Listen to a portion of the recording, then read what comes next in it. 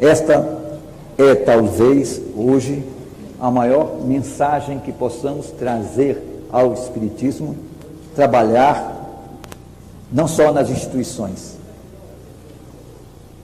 não trabalhar somente fora das instituições, mas trabalharmos além das instituições. Hoje, o grande discurso e também o grande problema da nossa vida é fazer com que o discurso espírita não seja ouvido, mas seja visto em nossas vidas. Eu pensei em fazer aqui, já que alguns companheiros me disseram que vinham ouvir a palestra, eu pensei em fazer o que fez Clóvis Bevilacqua, quando foi recebido na Faculdade de Direito da Bahia, ele que foi o grande projetista do Código Civil de 1916. Está ruim? Tá. Não vai. Infelizmente, tem uma coisa que às vezes não dá na vida. Tomara que a gente dê alguma coisa, já serve. Então, e se conta que depois de uma saudação cheia de laudêmios, ele levantou-se e fez: muito obrigado. Porque Clóvis Bevilacqua não sabia falar, sabia escrever. Alguém poderá dizer: mas você fala. Sim, mas hoje eu estou quase perdendo a fala. Mas eu vou, já que me prenderam aqui, eu vou me soltar.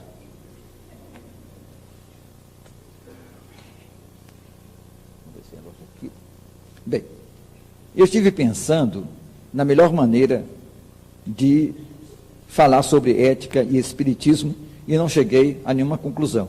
Então vou fazer aquilo que geralmente eu faço no Centro Espírita, que isso aqui é um grande Centro Espírita.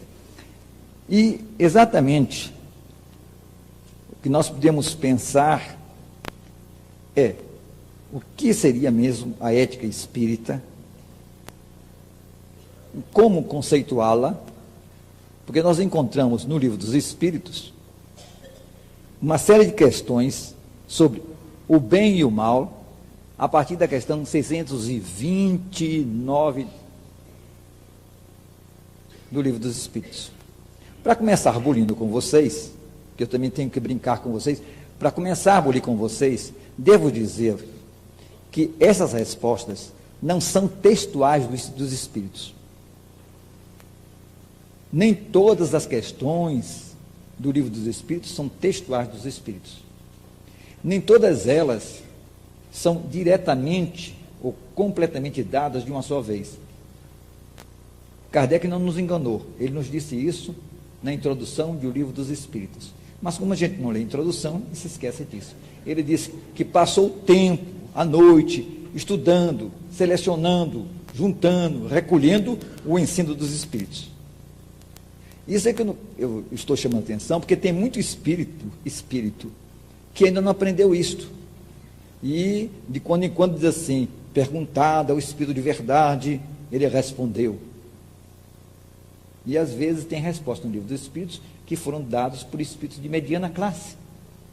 Alguns dos quais o próprio Kardec, da primeira para a segunda edição, rejeitou o ensino.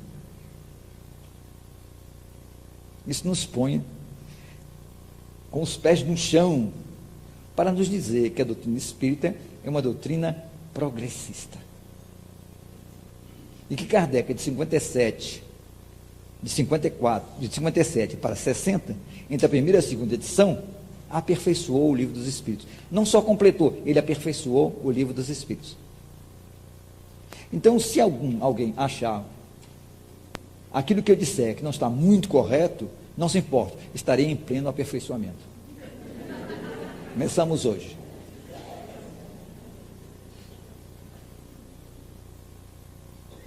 Vocês todos conhecem, até por ouvir falar, num senhor chamado Immanuel Kant.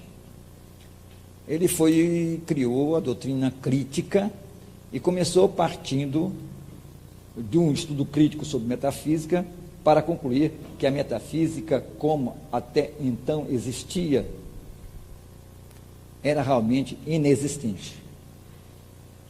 chamando a atenção que a metafísica não podia ser tratada como ciência, porque ela não fazia demonstração de verdades, mas sim representava uma convicção de alguma coisa. Pois bem, vamos dar um passeio através de Kant, rapidamente. E esse passeio quase me relembra um sonho que tive há mais de 40 anos, quando um espírito me disse para estudar Kant, porque era muito parecido com as doutrinas de Kardec. E eu, como não tinha a obra de Kant no interior, levei anos até descobrir o que havia em tudo isto. Porque Kant é, vamos dizer assim, um dos maiores iluministas, e nós podemos dizer que Kardec é a ponta final do iluminismo naquela época. Kant dizia que é impossível o homem conhecer Deus, que a metafísica, a ciência, não tinha nada a ver inicialmente com Deus, mas que havia alguma coisa no homem que não poderia ser colocado de lado,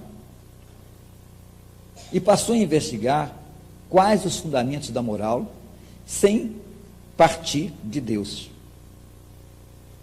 Sem partir de Deus. Para fazer isto, lembre-se, isto é um resumo de várias obras de Kant. Para fazer isto, ele partiu do pensamento de que a única coisa boa que pode existir no mundo e no homem é uma boa vontade. Porque a boa vontade leva o homem a buscar o sumo bem. Aquilo que é absoluto. E o sumo bem era a união da virtude com a felicidade. Unir virtude com a felicidade é tudo aquilo que nós sonhamos, tudo aquilo que nós aspiramos, até o dia de hoje. Unir virtude, aquilo que nós precisamos ter, com a felicidade que nós precisamos alcançar. Para unir virtude com felicidade, como ele não podia partir, né, do a posteriori, daquilo que existia, como ele colocou Deus de quarentena, ele precisava raciocinar, pensar de outra maneira. E aí teria que partir alguma coisa. Ele tinha que partir daquilo que ele chamou de a priori, ou seja, determinadas sentenças que não são provadas, não são discutidas, mas nos impõe a razão. Um imperativo. Um imperativo. No caso, não um imperativo hipotético, isto é, aqueles imperativos que são realizados mediante uma condição. Eu quero me aposentar com uma boa referência de proventos, que faço eu?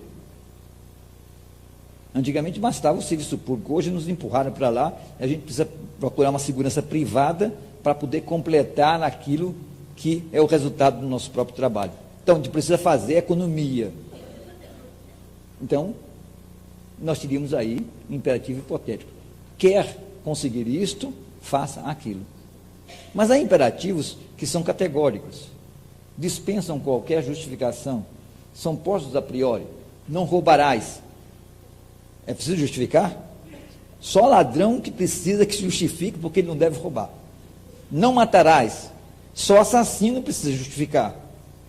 Né?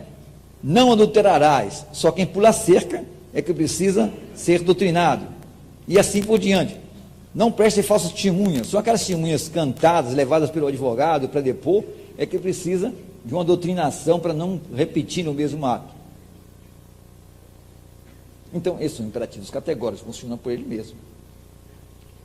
E Kant, então, procurando na alma humana aquilo que seria fundamental, isso é, essa boa vontade, essa vontade, teria que verificar o que é que a priori se pode ter como pressuposto. Por que que eu tenho vontade? Quando a gente tem vontade, só pode ter dois tipos de vontade.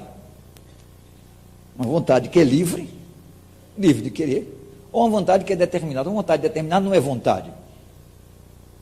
A vontade que é determinada é uma escravidão. Né? Os maridos e as mulheres não entenderam muito isso, e por isso se cerceiam uns aos outros. Então, a vontade tem que ser livre. Então, diz ele, se tem que ser livre, há um postulado básico da moral, do homem que deseja atingir o sumo bem. E esse postulado inicial é a liberdade. Eu não encontro um modo de justificar a liberdade. Liberdade não se justifica, diz ele. O homem é livre. Livre para poder exercer sua vontade. Mesmo porque, quando não existe liberdade, não existe responsabilidade. No século XX, no início do século XX, com as doutrinas, quando apareceu a doutrina lobrosiana, quando apareceu um dos grandes criminalistas chamado Henrique Ferrer, procuraram eles colocar de lado essa livre vontade, que nós conhecemos também com o nome de livre-arbítrio. Não existia. O homem era um ser determinado. Nascia, dizia Lombroso, com características faciais que detectavam a presença de um criminoso nato. Mas no momento de fazer o Código Penal da Itália, o projeto do Código Penal da Itália, não houve jeito. Porque, dizia ele, o homem, já que ele é determinado, a conclusão seria, se eu sou determinado, o que eu faço, não sou responsável. Se instintos, né? Nós hoje dizemos assim, se as minhas cargas genéticas, né, se os meus cromossomos me levam a realizar qualquer coisa, por que é que eu sou culpado? É claro que ele não deixou essa raça toda assaltando no meio da rua, então teve que criar uma coisa. Criemos a responsabilidade social. O homem não é livre, mas tem responsabilidade social, o que é um paradoxo miserável. Isso é, eu não sou livre, não sou livre, mas o que eu faço me traz uma responsabilidade para com todas as pessoas. Mas se eu não sou livre, essa responsabilidade também não existia. Então, quando chegou no momento de colocar isso no papel, o livre-arbítrio teve que aparecer. Livre-arbítrio, que no caso do direito penal, significa a capacidade de entender o caráter criminoso do fato e de determinar-se de acordo com esse entendimento. Psiquiatria, o pessoal sabe disso. Não basta que o indivíduo entenda que tal fato é criminoso. É preciso que ele tenha capacidade de resistir aos impulsos de realizar isto ou aquilo. Por isso o cleptomaníaco, por exemplo, é absolvido. Porque embora ele saiba que está realizando um ato violador da lei, ele não tem capacidade de resistir à atração do alheio. Então, o primeiro passo é saber que todo homem tem liberdade. É livre, ele pode querer, mas que a liberdade dele é acompanhada de uma coisa que se chama responsabilidade. O homem é responsável porque é livre, e sendo livre, é responsável. Mas percebeu ele que a liberdade do homem, a tarefa do homem na terra, encontrava algumas limitações. Porque existiam pessoas que passavam a vida não fazendo muito bem, para não falar que está fazendo mal, não fazendo muito bem. Porém, tinha uma vida folgada, aparentemente feliz, sem nenhuma responsabilidade maior, muito bem economicamente, etc, etc. Enquanto existiam outras pessoas com um padrão ético muito maior e que, no entanto, sofriam fisicamente, sofriam moralmente, eram incompreendidas, eram perseguidas, etc, etc. Isso era um enigma para um homem que é livre e, ao mesmo tempo, não consegue obter a felicidade, embora tenha virtude, não consegue obter o conjunto do sumo bem, do supremo bem, que é a conjuntura de virtude, mas felicidade. Essa é uma dificuldade. Então, disse ele, bem, é preciso um outro pressuposto. E como pressuposto, não vou justificar, porque é a priori, mas vou concluir que é necessário um outro pressuposto. Se a felicidade que todos nós desejamos não serve de prêmio a quem tem virtude em nosso meio, então é porque deve existir um outro meio, deve existir uma outra vida, onde essas criaturas possam receber a devida recompensa, que seria encontrar a felicidade almejada. Para isto, então, é necessário um outro pressuposto, a imortalidade da alma. Porque aí, quem passasse de um lado para o outro, podia encontrar do outro lado aquilo que não havia encontrado neste. Ou seja, viraria a moeda e viria o reverso da medalha. Mas não bastaria isso, porque há muita gente que faz o mal aqui e que desejaria continuar fazendo mal lá. Há muita gente que sofria aqui e naturalmente poderia continuar sofrendo lá. Então é necessário um outro pressuposto. É preciso alguma coisa que corrija tudo isso. E esse pressuposto tem que ser justiça. Ou seja, um sistema que não é o nosso, mas um outro sistema que premiassem os bons e punisse os maus. Que recolocasse tudo no novo modelo, que impusesse outros tipos de regra. E ele aceitou o terceiro postulado. Então, 3 postulados. Primeiro, liberdade. Segundo, imortalidade. Terceiro, justiça. Sim, justiça. Mas justiça não se faz simplesmente por justiça. Nós sabemos que até na Terra é preciso alguém que decida os conflitos, que imponha penas. E para que exista justiça é preciso que haja lei. O mal que no Brasil hoje estão fabricando leis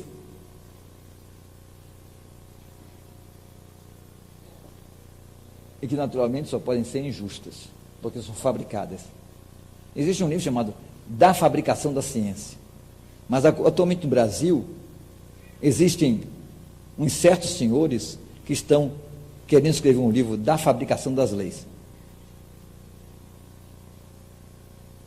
Pois bem, esse terceiro básico pressuposto, justiça, só pode existir se existir um normatizador, um legislador, alguém que impõe a justiça, alguém que legisle e alguém que impõe a justiça.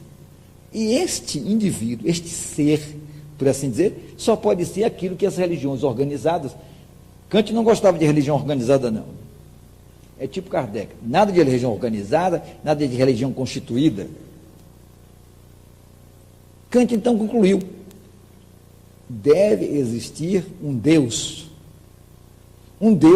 que através de sua justiça impunha no campo da imortalidade da alma a compensação dos males, das alegrias que as pessoas viveram no mundo terrestre. Mas Kant disse: isso não é um trabalho de demonstração. Quem demonstra é a ciência, demonstra fatos. Se trata, portanto, de estudar as leis naturais. A moral, no entanto, a demonstração é de convicção.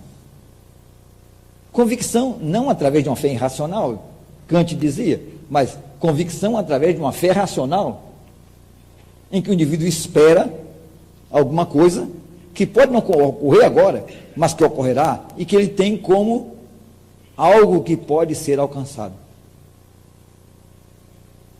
Isso me parece um pouco com Kardec. Dizem que Marx pegou a doutrina de Hegel, inverteu, e então fez do idealismo um materialismo. Eu acho que Kardec deu uma revirada em Kant, embora que não a terminasse com o espírito crítico, porque Kardec era bem crítico, mas que deu uma revirada. E essa revirada foi a seguinte: ele transformou pressupostos morais. Olha, vou pedir meu tempo todo de volta. É porque eu pedi para cortar, não. Eu pedi para cortar meu tempo. Mas eu notei que, porque eu pensei que eu não tinha que falar. Aí corte meu tempo. Aí, mas eu vou. Não, peraí, deixa eu ver se vai. Então, o que Kardec fez não foi transformar, né, o espiritualismo de Kant em materialismo. O que Kant fez ao reverter foi transformar o que era filosófico em ciência. Porque Kant dizia, isto é filosofia, portanto, não temos demonstração, temos convicção. Com Kardec nós vamos ver, não, nós não temos só convicção, não só uma fé, né, naquele discurso que enfrenta a razão face a face em qualquer época da humanidade. Não, nós temos provas. E vamos ver como Kardec chegou ao mesmo plano. Muito bem. O que faz Kardec? Examina os fatos. Começando a aparecer manifestações mediúnicas, e ele começa a colecionar as manifestações mediúnicas, a examiná-las, a verificar se existe fraude, a verificar se há um conteúdo que comprova a existência dos espíritos e, afinal de contas, a aceitar essa existência como válida. Tem os fatos. Mas Kant dizia, não tem um fato. Mas eu tenho um fato. Não é porque Kant estivesse errado, não. Embora Kant tivesse uma experiência fantástica, que foi aquela de Swedenborg, que ele registra em todos os seus livros, um incêndio que houve a centenas de quilômetros de distância e que ele estuda também. Mas Kardec aprofundou os fatos. Eu tenho os fatos estão em minha mão. Esses fatos me levam a dizer que fulano, beltrano, cicrano, que partiram para o mundo espiritual, não desapareceram do mapa, trocaram de vestimenta, estão vivos. E se estão vivos, é porque esses indivíduos são imortais. E percebeu que alguns queriam se manifestar, outros não queriam se manifestar. Você evocava uns, eles não vinham, evocava outros, eles consentiam em vir. Uns esclareciam um pouco, outros esclareciam mais, outros esclareciam menos. E Kardec fez uma coisa fantástica. Levantou um inquérito. As pessoas leem o Livro dos Espíritos como pergunta e resposta. Ele levantou um inquérito. Um inquérito do mundo espiritual para descobrir a sociedade existente ali em túmulo. Isso se chama fazer sociologia do mundo invisível. Eu disse ao seu professor Souto, que é um dos maiores sociólogos do Brasil, um homem que tem de doutorado e de títulos, é conferencista na Alemanha, conferencista na Itália, conferencista nos Estados Unidos. Eu disse isso e ele se empolgou. Ele achou que tinha batido bem no dedo. Ele é realmente o criador da sociologia do mundo invisível, porque através da conversação com os espíritos, nós aprendemos a vida nos mundos espirituais. Como vocês estão estudando, nós todos estamos estudando André Luiz, nós vemos o quanto André Luiz tem revelado a existência do mundo espiritual. É que Kardec fez um pouco mais, porque ao invés de somente querer conversar com a classe dos espíritos puros ou classe dos espíritos superiores, ele quis conversar também com a ralé. Porque quem está lá em cima, é claro, vocês querem fazer sociologia, vão o quê? No Palácio do Planalto? Você tem que conversar, é claro, nas universidades, mas tem que viver nas favelas, conversar nas favelas, para poder, vamos dizer assim, querer fazer o esquema da sociedade brasileira. É a mesma coisa, ele conversou com todos, diz ele que aproveitou essas questões, e aproveitou mesmo. Se a gente comparar dados da Revista Espírita com dados que estão no Livro dos Espíritos, a gente vai ver que determinadas respostas não são dadas por espíritos muito elevados, não. Vou dar um exemplo, uma resposta de um tal doutor Xavier. Kardec colocou uma resposta dele na primeira edição, na segunda edição ele deu um corte, mas deixou respostas dele lá. O que ele fez foi examinar criticamente cada um dos ditados mediúnicos existentes. Por isso que Kardec é essencialmente crítico. Muito bem. Sabe que existe imortalidade? Ele notou que umas pessoas, e espírita então tem um problema sério. Tem uns espíritos que quando chegar no mundo espiritual, esse pessoal de barriga empinada vai ficar bem frustrado lá. Pois bem, o que ele descobriu é que pessoas que aqui tinham posições, que tinham dinheiro, chegavam no mundo espiritual em situações dificílimas. E notou que outras pessoas humildes passavam à frente. Vocês podem olhar no Evangelho segundo o Espiritismo, logo uma mensagem que está no início do Evangelho segundo o Espiritismo, sobre uma rainha, né? Que aqui era uma beleza, lá teve que tomar bênção aos empregados. Pois bem, ele notou, portanto, que havia inversão de posições. Mas inversão de posição, por que vão inverter as posições? Porque nós somos determinados. Essas posições foram obtidas através de trabalho, através de decisões. E só existe decisão quando nós temos liberdade. Portanto, esses espíritos eram livres. Livres na terra para escolher seu próprio caminho. Livres, também para receber aquilo que, vamos dizer assim, que seria a compensação das suas ações. Imortalidade. Ora, mas como a gente percebeu que uns estavam bem, passaram a ficar maus, e uns estavam maus, passaram a ficar bem, então deve haver alguma coisa diferente. Alguma coisa que não é justiça humana, porque na justiça humana nós vemos muita gente precisando ir para a cadeia do lado de fora. E às vezes alguns inocentes recolhidos à cadeia. Mas aquela justiça ele notou que não falhava. Ela era executada corretamente, então só podia ser uma justiça que não era imposta pelo homem, não era imposta nem pelos próprios espíritos entre si, só podia ser imposta por quem criasse, ou quem criou uma lei divina, e só podia ser imposta por Deus. Traz trocando as coisas, não sei se tem no dicionário não, mas eu estou dizendo. Kardec, o que fez, começou colocando o fundamento em Deus. Este é o fundamento de toda a moral. Ele podia dizer, ao contrário de Kant, a minha moral, a moral espírita, se baseia em fatos. Portanto, através de investigação, cheguei à conclusão de que o homem é livre, de que existe a imortalidade da alma, porque existe um mundo espiritual, e portanto existe uma justiça divina, e portanto existe Deus. Deus é, portanto, uma consequência natural daquilo que nós encontramos em nossas conversações com os espíritos. Deolinda Amorim, numa palestra que está recolhida no livro Doutrina Espírita, mas está esgotado, mas eu vou indicar outro livro, está recolhido também num trabalho chamado Pensamento Espírita, publicado pela editora Clarim, tem uma conferência exemplar sobre Deus, na qual ele aponta exatamente isto, de que o fato de nós conversarmos com os espíritos, em nossas reuniões, ele chama reuniões de caridade, em nossas reuniões de caridade, e vermos esses espíritos revelar situações as mais diversas e contrárias, muitas vezes, àquilo que eles foram na Terra, nos indica que há uma justiça. E se existe uma justiça que não é imposta pelo homem, nós temos aí um fundamental indício da existência de Deus.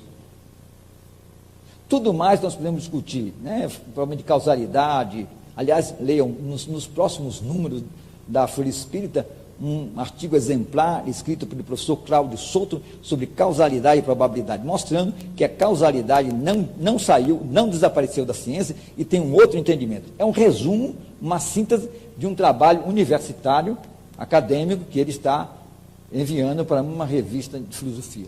Pois bem, Kardec chegou do mesmo modo de Kant, mas agora oferecendo a base fática à existência de uma religião, de uma moral.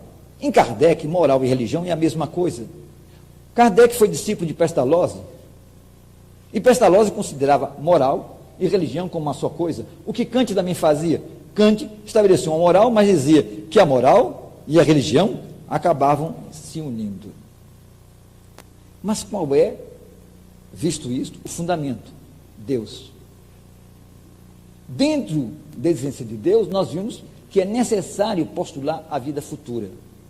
E Kardec, então, ao estudar em que ética se baseia o Espiritismo, ele disse na ética cristã. Mas qual é a diferença entre a ética cristã e a ética espírita?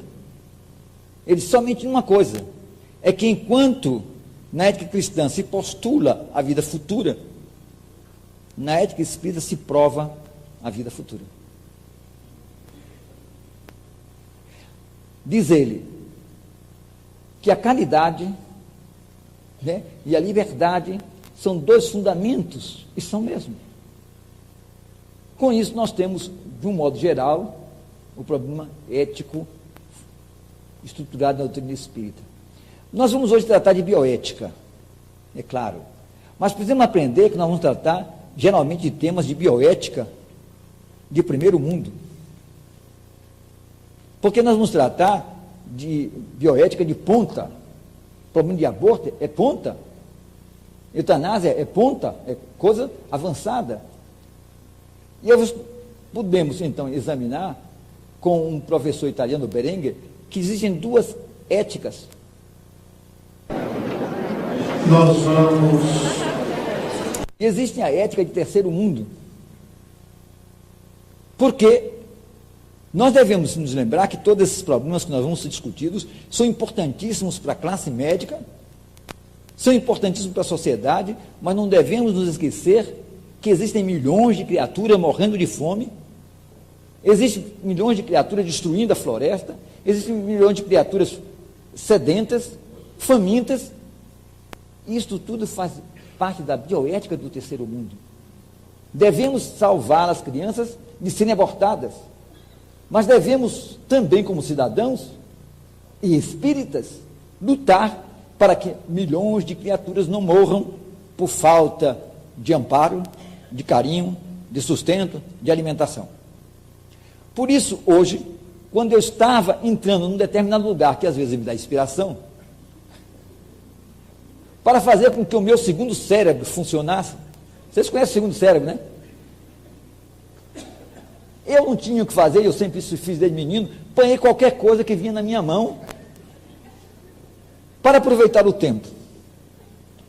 E aí, peguei uma página de uma pesquisa que nós estamos realizando, e eu vou pedir a caridade do pessoal para suportar-me mais uns minutos para ler isto como fecho de nossa palestra. Dá para fazer, né?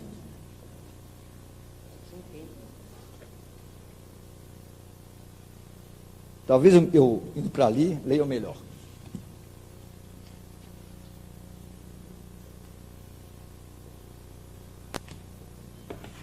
Então, agora, com antecipação, você vai ver alguma coisa. O que ensinou Jesus? Jesus esteve voltado para as três realidades que dominam a vida: Deus, o homem e o mundo. Não existe outra coisa. Deus, o homem e o mundo. No pano de fundo de seus ensinos estão séculos da história judaica, e ele denotou a mesma confiança que manteve o povo judeu através de todas as diásporas, quer dizer, as partidas para o mundo não judaico. Em primeiro lugar, está a lição da onipresença divina, ou como dizem os judeus, da presença divina. Deus é o Pai que não se limita a criar, mas que vivencia a vida de seus filhos, que penetra no mundo para salvar o homem de si mesmo, é movimento e repouso que reside em cada ser. Tumé. Eu vou abreviar para não dizer os versículos todos. Tumé é o evangelho de Tumé. Tumé. Todo poder nele reside. O homem não tem o poder de tornar um só cabelo branco ou preto, Mateus. Até mesmo os cabelos foram todos contados, Mateus e Lucas. nenhum cabelo de vossa cabeça se perderá. Lucas. Não poderia Jesus, portanto, acreditar, pudesse Pilatos fazer alguma coisa, se o poder de Deus não lhe permitisse? Deus é o centro da vida e, portanto, o núcleo da sua mensagem. Todas as coisas não só se iniciam com Ele, mas estão referidas a Ele e nele se concentram como objetivo. Como Isaías, no capítulo 48, versículo 12, escreveu: Eu sou o primeiro, eu sou também o último. Em hebraico, Anihu, Anirishon, of Ani Akaron. Ou, como ensina Bhagavad Gita, o verdadeiro si no coração de cada criatura, e o princípio, o meio e o fim de todos os seres. Ele próprio, Jesus, saiu do Pai e voltou para o Pai. Mas esse não era apenas seu destino, mas o destino do homem. E é necessário que este descubra sua origem, abandonando os milênios de erro em que se desorientou. Jesus manteve sempre uma profunda compaixão pelo homem e buscou alimentá-la no coração de cada ser. É necessário fazer aos outros o que desejaria que se lhe fosse feito. Amar como ele nos amou, amar até o próprio inimigo, fazer o bem àqueles que nos perseguem e caluniam, quebrando a cadeia em que o mal se distende. Cada indivíduo precisa agir com misericórdia para com o próximo, assim como tinha oferido da misericórdia de Deus. A responsabilidade do indivíduo é responsabilidade também por seu irmão. A miséria, a fome, a dor que se abatem sobre o povo é da responsabilidade de cada criatura. Toda criatura precisa ser atendida às suas necessidades e não de acordo com as nossas preferências. Não se pode adquirir o céu ao tempo em que na terra a maioria dos indivíduos gemem e choram, envoltos em sofrimento. Toda espécie de sofrimento, e não somente o físico. O maior deles é a ignorância em que são deixados por aqueles a quem cabe orientá-los. O amor a Deus e o amor ao próximo são, portanto, mandamentos equivalentes. Não se pode amar a Deus se não se ama o vizinho. Os padrões que oferece ao homem é o amor do homem por si próprio. Como a ti mesmo, disse ele em Mateus. E o seu próprio amor. Como eu vos amei, amai-vos também uns aos outros. Os seus discípulos se reconheceriam por muitos se amarem, em João.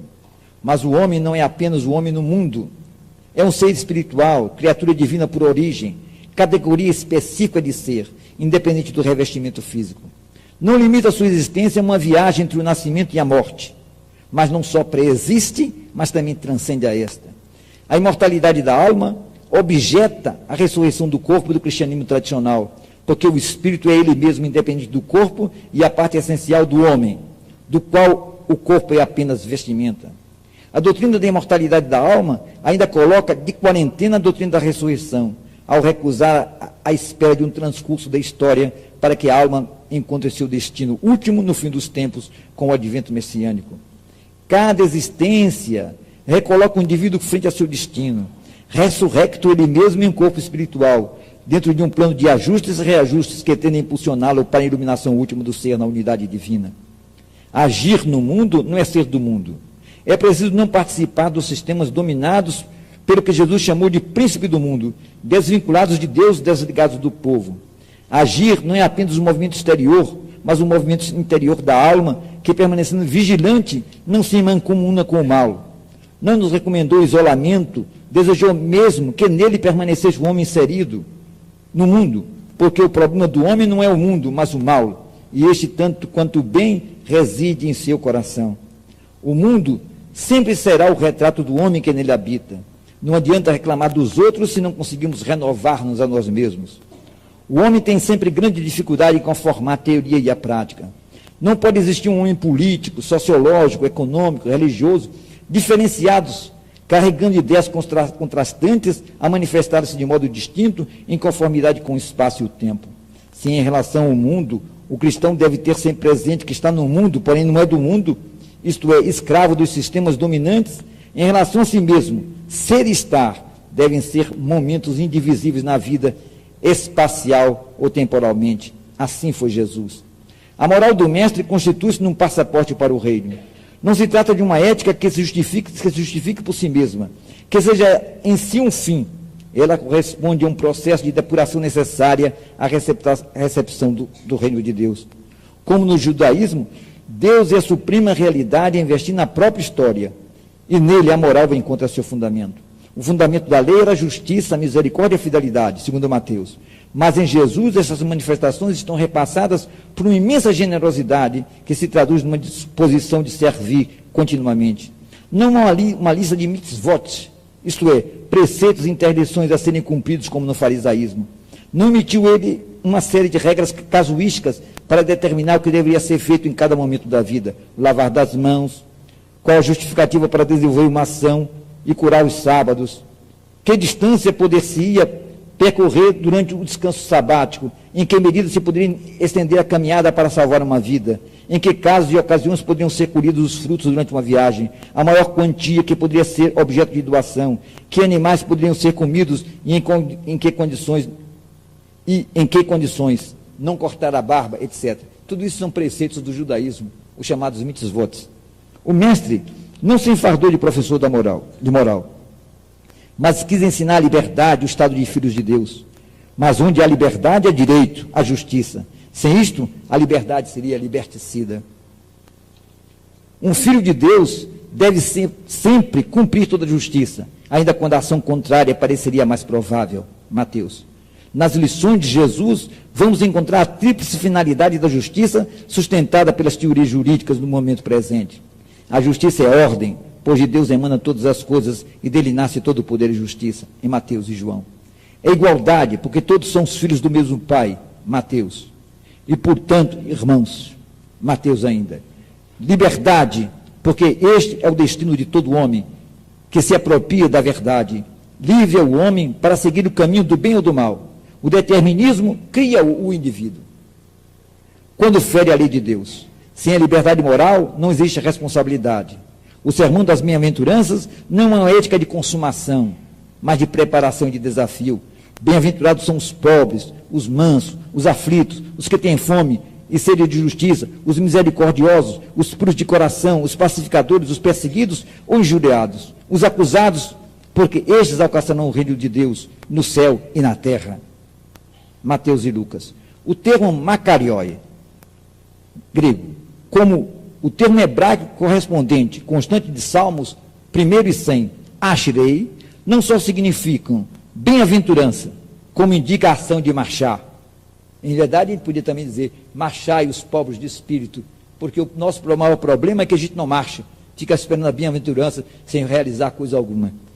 Jesus deseja que os pobres, os mansos, os aflitos, etc., caminhem, libertem-se das amarras, das clausuras mentais, para que possam alcançar o estado de felicidade. Este, portanto, é consequencial. Nada de inércia, de comodismo, prisões cerceiam a liberdade. Liberdade e responsabilidade são duas palavras-chave na ética de Jesus, do Mestre. A liberdade é a aspiração de cada homem em relação a si mesmo. A responsabilidade diz respeito ao relacionamento com o outro. Ninguém será realmente livre enquanto não aprender a ser o outro. Somos coletivamente responsáveis pelo destino de cada ser. No mito da criação, quando Caim se desfaz por inveja de Abel, Javé se fez ouvir, inquirindo: que fizeste de teu irmão? O sangue dele, desde o solo, clamava a Deus. Texto da Gênesis. Devemos estar atentos para os efeitos de nossa conduta em relação aos nossos semelhantes. A fome do mundo é de nossa responsabilidade. Os governos são imagens concentradas dos povos. Somos corresponsáveis pela vida na terra. Ao lesarmos alguém, lesamo-nos. A moral de Jesus pede que nos coloquemos em movimento em direção do outro. Ele é nosso irmão. Trata-se não apenas de omitir o mal, mas de fazer algo de bom. A regra áurea surge nos lábios de Jesus configurada positivamente. Há uma exigência de um movimento com direção predeterminada, um movimento direcionado para o outro. Não apenas para cumprir uma obrigação, mas para fazer algo mais que ela, sem o que seremos apenas servos inúteis. Como acentuou Barclay, a ética cristã está baseada na coisa extra. É preciso fazer alguma coisa a mais do que aquilo que geralmente fazemos. Se só fazemos aquilo que os desprovidos de religiosidade cumprem, qual será o mérito? O verdadeiro discípulo deve permanecer sempre disponível e aprender uma coisa fundamental que está escrita no Livro dos Espíritos. Me falta tempo para mostrar. No Livro dos Espíritos, nenhuma ação interessada é ação realmente ética. Todas as ações devem ser desinteressadas. Dito isso, agradeço a vocês, do fundo do coração, esta participação amiga, na qual estivemos juntos, amando o Divino Mestre Jesus. Que Deus nos abençoe.